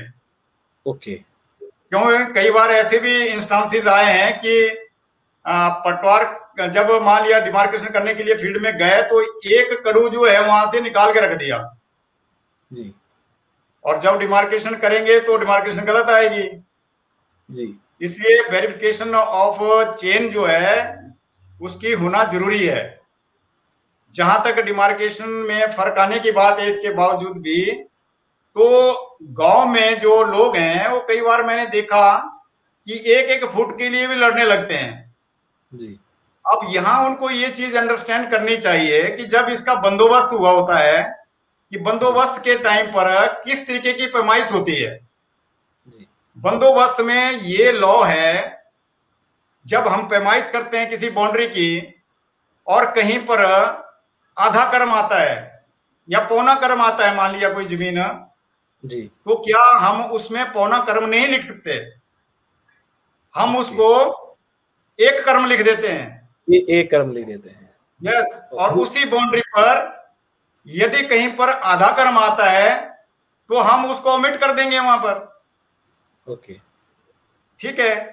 तो जी, इसकी वजह से ये आधे से ज्यादा आता है तो आप एक कर्म करते हैं, आधे से कम होता है तो उसको ओमिट कर देते हैं। हाँ, ये हिदायत और यही आधा और जो आधे से ज्यादा, यही उनकी विवाद की जो है वो जड़ बन जाता है कि हमारी बन जाता है। और लोगों को क्योंकि इसकी अंडरस्टैंडिंग नहीं होती है इसलिए वो आपस में विवाद करते हैं। तो इनके लिए आपका क्या सजेशन है ऐसे लोगों के लिए? क्या इनके लिए सजेशन ना, हम जो काम कर रहे हैं हम इसी पे कर रहे हैं कि लोगों को जब तक आप लीगली एजुकेट नहीं करेंगे तब तक विभाग की मोनोपोली रहेगी और ये विभाग को दोष देते रहेंगे और विभाग जो है वो लोगों को कर्ज करता रहेगा। ये सर एक चीज ये आपने कहा, ये रियली ये मैंने भी इस चीज को महसूस किया। और ऐसे हमारे पास कई ऐसे लोगों ने, जैसे दिनेश जी हैं, इन्होंने दिल्ली से बोला कि ऐसा शो होना चाहिए प्रोग्राम पर, क्योंकि हर घर इससे पीड़ित है। नॉलेज नहीं है, टेक्निकल नॉलेज नहीं है। जो आज की युवा पीढ़ी है, पढ़ी लिखी पीढ़ी है, उनको भी नॉलेज नहीं है इन चीजों की। तो इसी वजह से तो ये डिस्प्यूटेड ज्यादा रहता है डिपार्टमेंट भी, और लोग डिपार्टमेंट को दोषी मानते हैं। मुझे लगता है कुछ ना कुछ उनकी भी जो लोग, जनता है, उनकी भी कमियां हैं इसमें, क्योंकि वही प्रॉपर ये लोगों में इसके प्रति बहुत इग्नोरेंस है। क्योंकि जो फंडामेंटल्स होते हैं किसी चीज के, पहले उनको अंडरस्टैंड करना चाहिए, तब डिपार्टमेंट को आप दोषी ठहरा सकते हैं। जी सर, ये तो बड़ा पुराना तरीका चलता आ रहा है जरेब वाला। तो क्या निशानदेही में एडवांस टेक्नोलॉजी यूज नहीं कर सकते हैं, जीपीएस, ड्रोन, ऐसे जैसा सिस्टम कुछ? या आपका क्या नजरिया है इसके ऊपर, क्योंकि आपका इतना लंबा वास्ट एक्सपीरियंस है राजस्व विभाग का, तो आपकी नजर में इसमें कैसे सुधार करना चाहिए निशानदेही के जो विवादास्पद रहती है ज्यादा? सुधार की तरफ सरकार कदम उठा रही है, लेकिन मैंने पहले कह दिया कि सरकार की प्रायोरिटी में ये विभाग नहीं रहा है। हालांकि जो अभी नया सेटलमेंट हो रहा है उसमें थेडोलाइट का जो लेटेस्ट टेक्नोलॉजी है मेजरमेंट की, उसको प्रयोग कर रहे हैं और उसके तहत जितना भी डिमार्केशन या मेजरमेंट होती है उसमें गलती का कोई चांस नहीं होता।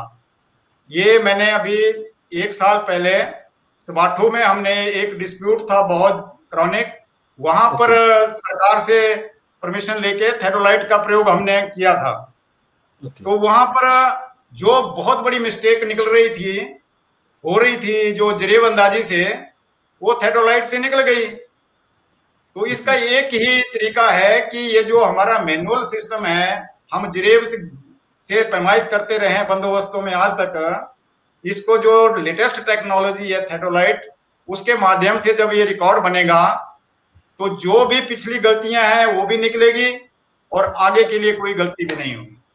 जी, यहाँ पर सर क्वेश्चन काफी आगे हैं। एक कौशल चंदेल जी हैं, उन्होंने कहा है कि BR कौंडल जी RTO मंडी रहे, उनकी कार्यशैली देखी, काबिले तारीफ, ईमानदार ऑफिसर हैं, हमारा सलाम कहिए सर को।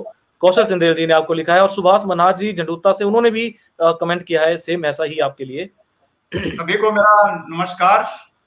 आपने और जी जी ये जो हमारी कार्य प्रणाली है इसके ऊपर सकारात्मक सोच रखी है, इसके लिए धन्यवाद। सर इसमें एक और मेरे पास क्वेश्चन आया है। इनका सवाल है कि बहन अपने भाइयों में से किसी एक भाई के नाम अपना हिस्सा ट्रांसफर करना चाहती है, इसका क्या प्रोसेस रहेगा? और अगर सभी भाइयों के नाम ट्रांसफर करवाना चाहती हो तो क्या प्रोसेस है? अगर भाई 2 से ज्यादा हैं, 3, उनके एक ही के नाम करना है तो क्या प्रोसेस है? और अगर सबके नाम करना है तो क्या प्रोसेस है? ये भी काफी विवाद है। गवर्नमेंट की इंस्ट्रक्शंस हैं, इसमें रिलिंक्विशमेंट डीड इसकी बनती है, जिसे तर्कनामा कहते हैं। ये 1000 रुपए की स्टैंप ड्यूटी के ऊपर बन जाती है, बशर्ते कि वो अपने हिस्से को सभी भाइयों को दे। अगर वो केवल एक को देना चाहती है तो उनको गिफ्ट डीड करना पड़ेगी और उस पर स्टैंप ड्यूटी गवर्नमेंट को पे करना पड़ेगी। ये गवर्नमेंट की है, सिंपल है, इतना कोई लंबा चौड़ा इसमें नहीं है हिसाब। मतलब नहीं, नो नो, मतलब स्टैंप ड्यूटी गिफ्ट डीड करके स्टैंप ड्यूटी गवर्नमेंट को पे करनी पड़ेगी, हो जाएगा। बिल्कुल। और इसमें ऑब्जेक्शन नहीं होगा, दूसरे भाई इसमें ऑब्जेक्शन नहीं कर सकते। फिर दूसरे भाई ऑब्जेक्शन वो कैसे करेंगे, क्योंकि वो तो उनका अपना इंडिविजुअल शेयर है। ओके, बहन का।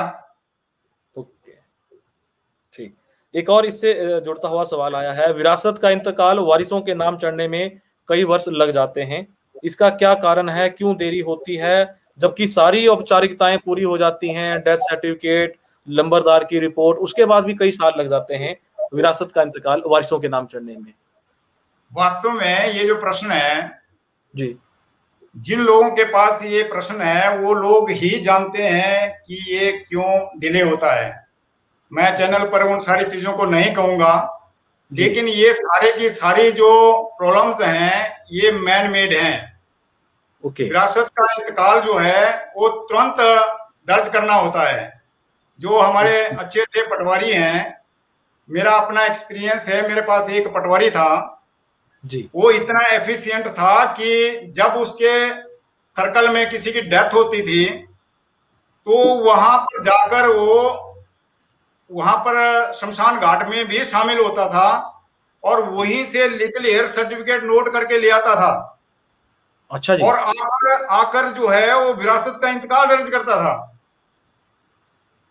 और जैसे ही वो क्रियाक्रम करके लोग फारग होते थे तो उनको तला देके 1 महीने के अंदर इंतकाल तस्दीक करवा देता था।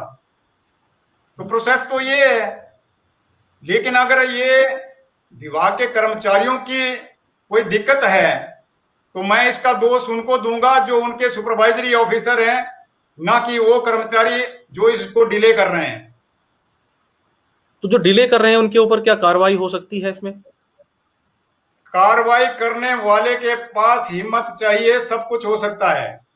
आपको मालूम होना चाहिए, बिलासपुर से आप हैं, बिलासपुर में एक पटवारी कानूगो यूनियन का प्रेसिडेंट हुआ करता था जी। उसको वो इतना गड़बड़ मास्टर था कि मैंने भी 4 साल उसकी जो हरकतें थी वो टॉलरेट की एज ए तहसीलदार। लेकिन क्योंकि उस टाइम में डिसिप्लिनरी अथॉरिटी उसका नहीं था तो वो मैनेज कर लेता था डिप्टी कमिश्नर लेवल पर। लेकिन जब मैं डिप्टी कमिश्नर लेवल पर as a district revenue officer बैठा तो मैंने डीसी साहब को कहा कि अगर हम इस आदमी को सुधार सकें तो बहुत भला होगा लोगों का। तो उन्होंने कहा कि आप इंस्पेक्शन कीजिए इसकी और मेरे पास इसका जो कार्य प्रणाली है उसको पूरी को रखिए। मैंने उसकी इंस्पेक्शन की, 42 चार्जेस इसके ऊपर लगे थे और उस बंदे को डीसी साहब ने डिसमिस किया था। अच्छा। उसका जो टेरर है आज भी बिलासपुर डिस्ट्रिक्ट में जो है वो रेवेन्यू डिपार्टमेंट में कायम है।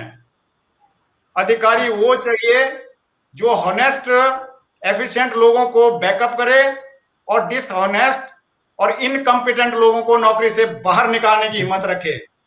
इस तरीके का लचीला रवैया जो रखा हुआ है कि मंत्री जी कहेंगे तो किसी को चार्जशीट कर देंगे, ट्रांसफर कर देंगे, और मंत्री जी कहेंगे तो किसी की चार्जशीट जो है ड्रॉप कर देंगे, ये रवैया नहीं चलेगा। जी बिल्कुल बिल्कुल।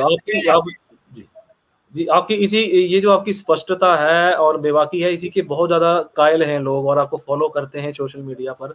और जो यहाँ पर हमारे दर्शक हैं उनको भी मैं कहना चाहूंगा, आप BR कौंडल जी को फेसबुक पर आप इनको फॉलो करें।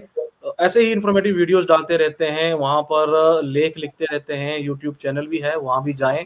और क्योंकि हम तो अब इनको ऐसे ही प्रोग्रामों में बार बार लेते रहेंगे, क्योंकि ऐसे अथाह सागर जो जिनके पास एक्सपीरियंस है, इनका मिलना बड़ा जरूरी है लोगों के लिए, इनका आपका एक्सपीरियंस।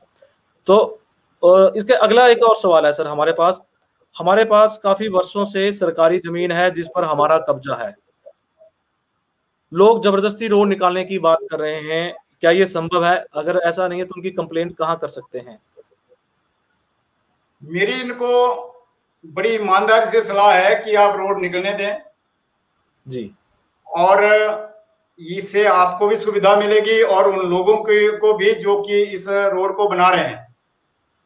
जहां तक कब्जे का प्रश्न है, इनको अपने कब्जे का अगर हक एस्टेब्लिश करना है तो पहले इनको सिविल कोर्ट में जाना पड़ेगा। ओके।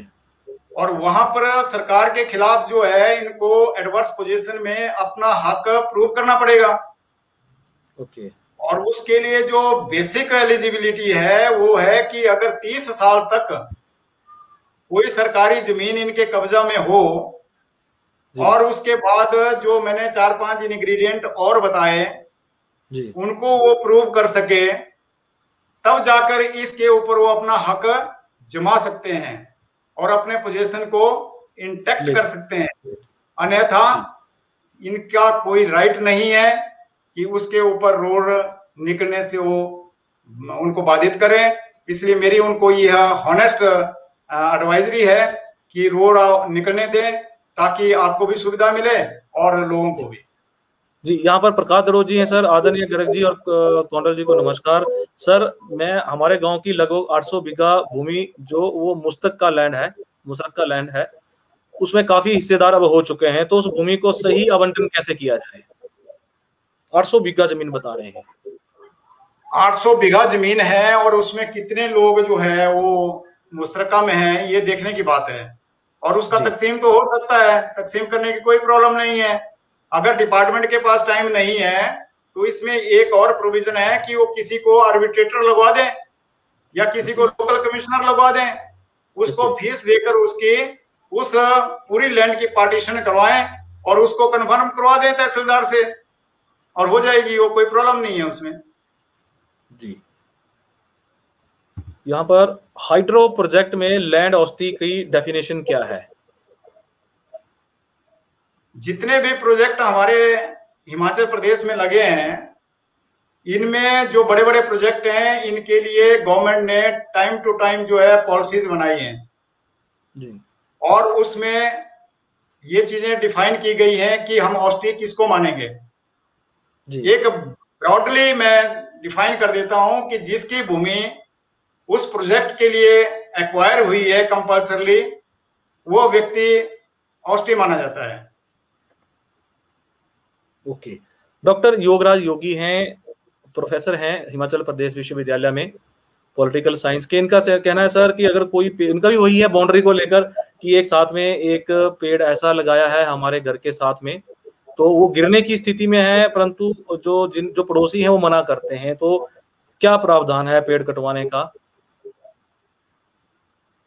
ऐसा है, सीआरपीसी 133 में जो एसडीएम के पास पावर्स हैं उसके तहत उनको अप्लाई करें। अगर वो उनकी लाइफ को खतरा है उस पेड़ से और गिरने वाला है तो वो उस सेक्शन के तहत उसको डेंजरस डिक्लेयर करके उसको कटवाने के आदेश जारी कर सकते हैं। जी, प्रदीप कौंडल जी का एक और सवाल है। इनका कहना है कि अगर रोड जो कागजों में गैर मुमकिन सड़क है, साथ ही एक तरफ सरकारी जमीन भी है जो कागजों में सरकारी सड़क है, जब जब पीडब्ल्यूडी विभाग रास्ता डबल करना चाहे तो पहले गैर मुमकिन सड़क के साथ लगती जमीन पर रोड बनाएंगे या सरकारी जमीन की तरफ? ये तो प्रश्न इनका अपने आप भी मुझे लगता है क्या कहना क्या चाहते हैं। अगर प्राइवेट लैंड है तब तो मैं मान कर सकता हूँ, अगर गवर्नमेंट की लैंड है तब तो उसके ऊपर रोड इनका बन कहना है कि सर अगर रोड जो कागजों में गैर मुमकिन सड़क है, तो गैर मुमकिन सड़क जो कागजों में है, क्या स्पॉट पे नहीं है सड़क लगी हुई? नहीं, साथ में ही एक तरफ सरकारी जमीन भी है जो कागजों में सरकारी सड़क है।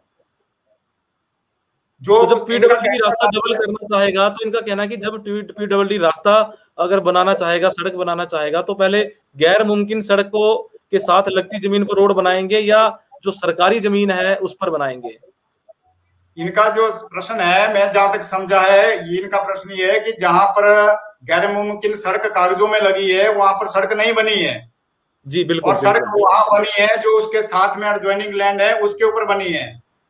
जी। तो अगर डिपार्टमेंट को सड़क बनानी है तो जहां पर उसके साथ डबल करनी है, ये कहना है इनका, डबल करनी है अगर। हाँ, तो गैर मुमकिन सड़क जो लगी है कागजों में और स्पॉट पे नहीं है तो उस तरफ को बनानी चाहिए उनको। ओके जी। किशोर गौतम जी लिखते हैं, पैतृक संपत्ति का मनमर्जी से बंटवारा हो सकता है या नहीं? जैसे 4 संतान हो, पिता किसी के नाम पर गिफ्ट डीड कर दे तो उस समय क्या सभी संतानों का होना आवश्यक है इस गिफ्ट डीड की वैधता के लिए, या इसे चैलेंज किया जा सकता है? यदि प्रॉपर्टी जो है को पार्सनरी है, इसको प्रूव करना पड़ेगा कोर्ट में जाकर।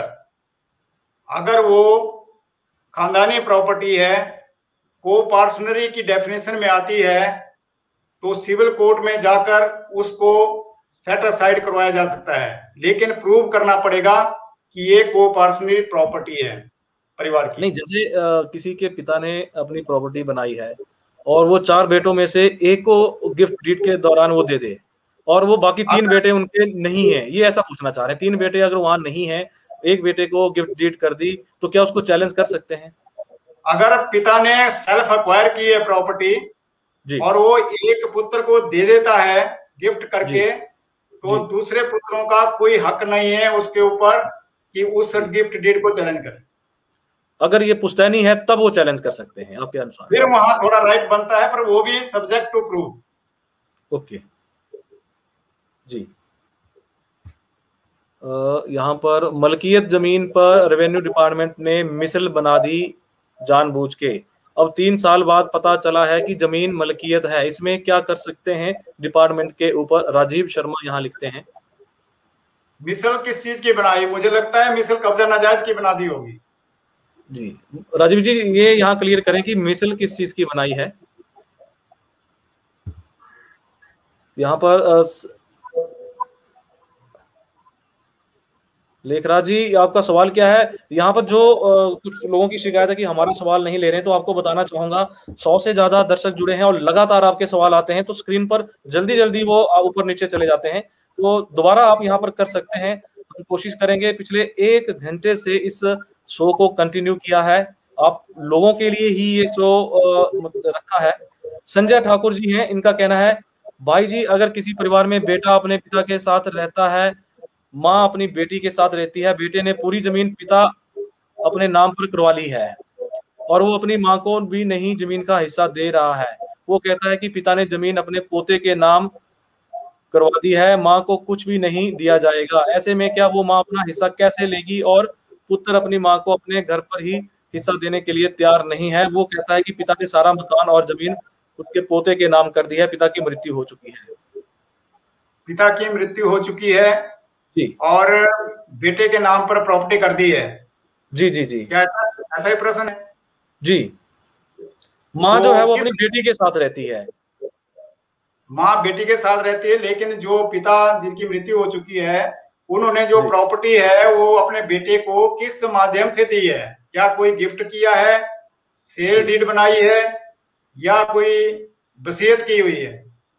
नहीं सर, तो इसमें यहाँ जो क्वेश्चन जो निकल कर आ रहा है, मैं जो समझ पा रहा हूँ, जो वाइफ है, तो क्या अपने हस्बैंड की प्रॉपर्टी पर उसका हिस्सा नहीं होता है, चाहे वो गिफ्ट डीड कर दे?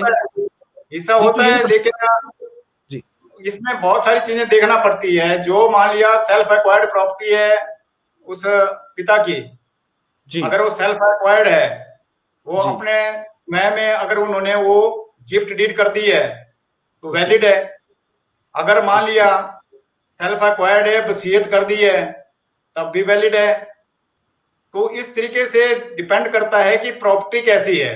अगर वो जद्दी प्रॉपर्टी है तो उस पे कोपार्सनरी प्रॉपर्टी प्रूव होगी और उनका राइट बनेगा। कोर्ट तो कहते हैं कि पत्नी का राइट रहता है पति की संपत्ति के ऊपर, चाहे पति जो है सारी प्रॉपर्टी अपनी गिफ्ट डीड कर दे, तब क्या पत्नी को नहीं मिलेगी? इसमें ऐसा है, जो वसीयत है जी वो उसके माध्यम से अगर की है तो पत्नी उस वसीयत को चैलेंज कर सकती है।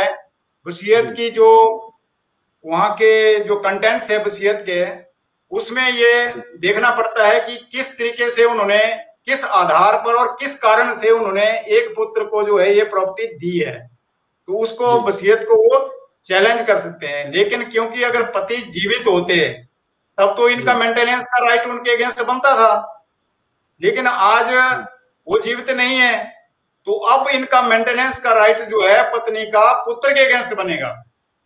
जी तो वो इस मेंटेनेंस को उस पुत्र से क्लेम कर सकती है जिसके नाम पर अब उनके पति की जो प्रॉपर्टी है वो गई है। जी, ये यहाँ पर अब हम इस शो का अंतिम सवाल ले रहे हैं, क्योंकि क्वेश्चन जिनके रह गए हैं हम कौंडल जी से एक बार फिर से निवेदन करेंगे आने वाले दिनों में कि उनको एक बार फिर से अपने चैनल पर बुलाया जाए और आपके जो पेंडिंग क्वेश्चन है उनके जवाब भी उनसे लिए जाएं। और क्योंकि हमारा भी सबसे मुख्य जो सवाल था धारा अब 118 को लेकर, 118 को लेकर सारा का सारा शो जो है वो निकल गया, क्योंकि उसके ऊपर हम स्पेशल शो करेंगे और उस दिन आपके सवाल भी लेंगे, क्योंकि समय बहुत हो चुका है। 1.25 घंटे से लगातार ये प्रोग्राम चलता आ रहा है। यहाँ लेखराज जी का है कि सर पुलिस निशानदेही पर कब्जा करवा सकती है? पुलिस निशानदेही पे कब्जा करवा सकती है जी, कहने का तात्पर्य, यदि पूछ रहे निशानदेही होती है और किसी की भूमि किसी के कब्जे में निकलती है, इनका प्रश्न मैं समझता हूं यही है जी। अगर ऐसी सिचुएशन है तो पुलिस के पास कोई अथॉरिटी नहीं है कि वो किसी पार्टी को पोजीशन दिलाए मौका पर जाकर। जी, इसके लिए उन्हें सूट फॉर पोजीशन जो है वो सिविल कोर्ट में फाइल करना पड़ता है। जी जी। यहाँ पर सर सवाल बड़े काफी छूट गए हैं। इनको जो भी मेरे यहाँ पर दर्शक साथी हैं, आपका मैं धन्यवाद करना चाहूंगा। बड़ी संख्या में आप जुड़े, हमारे साथ पूरा समय दिया। सवाल आपके सारे मैं लिखूंगा, हमारी टीम लिखेगी, आपका एक एक सवाल लिखेगी और ये सवाल हम कौंडल जी तक पहुंचाएंगे और जल्द ही कोशिश करेंगे इसी हफ्ते में हम एक बार फिर से लाइव आएंगे और आपके सवालों के जवाब देंगे। और धारा अपने 118 के ऊपर और सेटलमेंट के ऊपर अभी ये भी हमारे सवाल बचते हैं, इनको भी क्लैरिफाई किया जाएगा। तो सर आपका बहुत बहुत धन्यवाद, आप हमारे साथ जुड़े द न्यूज वॉरियर पर, इतना लंबा समय आपने दिया और आगे भी आपकी सेवाएं हम चाहते हैं। मेरा बहुत बहुत धन्यवाद आपका भी और आपके जितने भी इस न्यूज वॉरियर को देखने वाले दर्शक हैं उन सभी को मेरा नमस्कार। और मैं प्रॉमिस करता हूं कि जब जब ये हमें बुलाएंगे तो आपके प्रश्नों का उत्तर देने के लिए हम अवेलेबल होंगे, क्योंकि हमारा जो मेन ध्येय है रिटायरमेंट के बाद जो हम काम कर रहे हैं वो हमारा उद्देश्य भी यही है कि इस विभाग की जो कार्य प्रणाली है उसमें सुधार लाया जाए, कुछ बातें जो है सरकार तक पहुंचाई जाए, उनके सुधार करने की है, और कुछ जानकारी जो है वो लोगों को दी जाए, क्योंकि जनता के बीच में भी सुधार करने की आवश्यकता है, ताकि एक डिपार्टमेंट की जो एक छवि है उसको सुधारा जा सके। यही मेरा उद्देश्य है। जी बिल्कुल सर, अभी आपने जाखुम एयरपोर्ट का भी काफी बड़ा मुद्दा उठाया है, उसके ऊपर भी आपका एक स्पेशल से हम चाहेंगे आपकी क्या राय है उसके ऊपर कि वहीं बनना चाहिए। और इसके अलावा यहाँ कुछ लोग हैं वो आपका कॉन्टेक्ट नंबर मांग रहे हैं, तो क्या आपका कॉन्टेक्ट नंबर शेयर कर सकते हैं या कोई और माध्यम है उनको जोड़ने का? अपनी लाइफ में कभी भी अपना कॉन्टेक्ट नंबर जो है वो सीक्रेट नहीं रखा है। मैंने अपनी सर्विस के दौरान अपने डिस्ट्रिक्ट में हर व्यक्ति के पास मेरा कॉन्टेक्ट नंबर होता था। अगर रात को 1:30 बजे भी कोई अननोन व्यक्ति मेरे को फोन करता था तो भी मैं उस कॉल को अटेंड करता रहा हूं। आप किसी भी व्यक्ति से मेरे उन सभी जिलों से पता कर सकते हैं जहां जहां मैंने सर्विस की है। ये मैं इसलिए कह रहा हूं क्योंकि आज की तारीख में अगर हम किसी ऑफिसर को फोन करते हैं और उनके पास हमारा जो नंबर है वो सेव नहीं है तो वो ऑफिसर ऑड आवर्स में अपना मोबाइल नहीं उठाते और ये अगेंस्ट दी पब्लिक सर्विस है। ऑफिसर्स को मोबाइल के चार्जेस भी गवर्नमेंट दे रही है। सर उनके ऊपर भी कार्रवाई कर सकते हैं। गवर्नमेंट को अगर कंप्लेंट करें तो इसके ऊपर कार्रवाई हो सकती है। उनको लैंडलाइन टेलीफोन दिए हैं, चाहे कोई ऑड आवर्स में भी फोन करता है, ये पब्लिक सर्वेंट की ड्यूटी है कि उसको अटेंड करे, क्योंकि जो हमारे पब्लिक सर्वेंट होते हैं ये 24 घंटे के सर्वेंट होते हैं और खासकर जो एडमिनिस्ट्रेशन में है जहां पर वो इमरजेंसीज को डील करते हैं उनका तो इसमें बहुत बड़ा दायित्व बन जाता है कि जैसे ही किसी का फोन आता है उसको अवश्य रिसीव करें और उसकी दिक्कत को सुने। सर तो क्या मोबाइल फोन जो है वो भी उनके लिए कंपलसरी है? कहीं एक बार किसी ने कहा ऑफिसर ने कि हम मोबाइल फोन सुनने के लिए बाध्य नहीं है, हमें सरकार ने लैंडलाइन दिए हैं। बहुत सारे ऑफिसर्स को मोबाइल चार्जेस जो है वो गवर्नमेंट पे कर रही है। अगर बाध्य नहीं है तो मैं उनसे ये पूछना चाहता हूं तो ये मोबाइल के चार्जेस हैं ये गवर्नमेंट से वो क्यों ले रहे हैं? जी। और बहुत सारे तो ऐसे भी अधिकारी हैं जिन्होंने स्मार्टफोन जो है वो गवर्नमेंट के एक्सपेंडिचर से खरीदे हैं।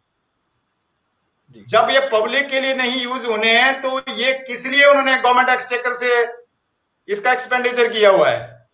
जी सर, यहाँ पर बिल्कुल आपके लिए आपके जो विचार हैं उनको काफी समर्थन यहाँ पर मिल रहा है और कईयों का कहना है कि आप की तरह ऑफिसर अगर हिमाचल प्रदेश में होते हैं, अब रिटायरमेंट के बाद हम तो चाहेंगे कि आपकी तरफ पॉलिटिशियन भी हिमाचल प्रदेश में होने चाहिए जो स्पष्टता रखे, तो आप राजनीतिक क्षेत्र में भी ट्राई करें, ये सुझाव है यहाँ पर। शायद वो क्वालिफिकेशन अभी मैं डेवलप नहीं कर पाया हूँ। नहीं, राजनीति के लिए तो मुझे नहीं लगता कि कोई क्वालिफिकेशन है। नहीं, इसके लिए बहुत इंपॉर्टेंट क्वालिफिकेशंस इसके लिए जो कागजों में नहीं है, अदरवाइज जो है वो तो है। जी। एक चपरासी बनने के लिए कैरेक्टर सर्टिफिकेट लिया जाता है और एक मंत्री बनने के लिए कैरेक्टर सर्टिफिकेट की आवश्यकता नहीं होती है। आवश्यकता नहीं होती है। तो बहुत सारी क्वालिफिकेशंस हैं जो पॉलिटिशियन में होने चाहिए, वो हमारे में शायद नहीं है।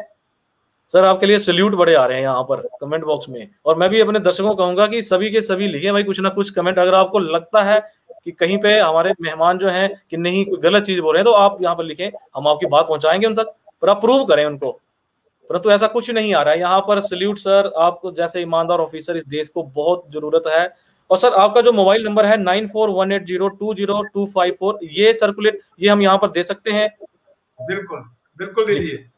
तो हमारी टीम ने वो नंबर यहाँ पर कमेंट बॉक्स में डाल दिया है। जिसकी भी कुछ क्वेरीज बची हैं तो जिनको लगता है कि क्लैरिटी चाहिए तो इस नंबर पर संपर्क कर सकते हैं।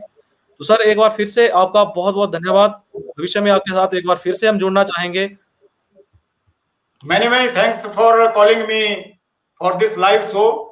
This is first time that any channel person dare to cast a live show on revenue department, which is so important department. And I thanks to all the persons, your viewers who listened me, appreciated me, and I assure them that in future also I will provide you each and every information whatever you require from me. Thank you. Okay sir, thank you so much. तो इस तरह से आप the news warrior पर देख रहे थे live with Manish Garg में। बहुत ही इंफॉर्मेटिव ये प्रोग्राम, इसको ज्यादा से ज्यादा आप शेयर करें। अभी जो आज के हमारे मेहमान थे BR कौंडल जी, सेवानिवृत्त प्रशासनिक अधिकारी, इनके साथ हम और भी शो करेंगे 118 को लेकर, सेटलमेंट को लेकर, और आपके जो प्रश्न हैं जो छूट गए उनसे मैं क्षमा चाहूंगा, क्योंकि आप खुद देखिए एक घंटे से ऊपर, क्या 1.5 घंटा इस शो को हो गया है, और लगातार प्रश्न जब हमारे स्क्रीन पर आते हैं तो बड़ी तेजी से ऊपर जाते हैं। तो जैसे ही अगला शो होगा तो आपके प्रश्न हम यहाँ पर जरूर उनसे पूछेंगे।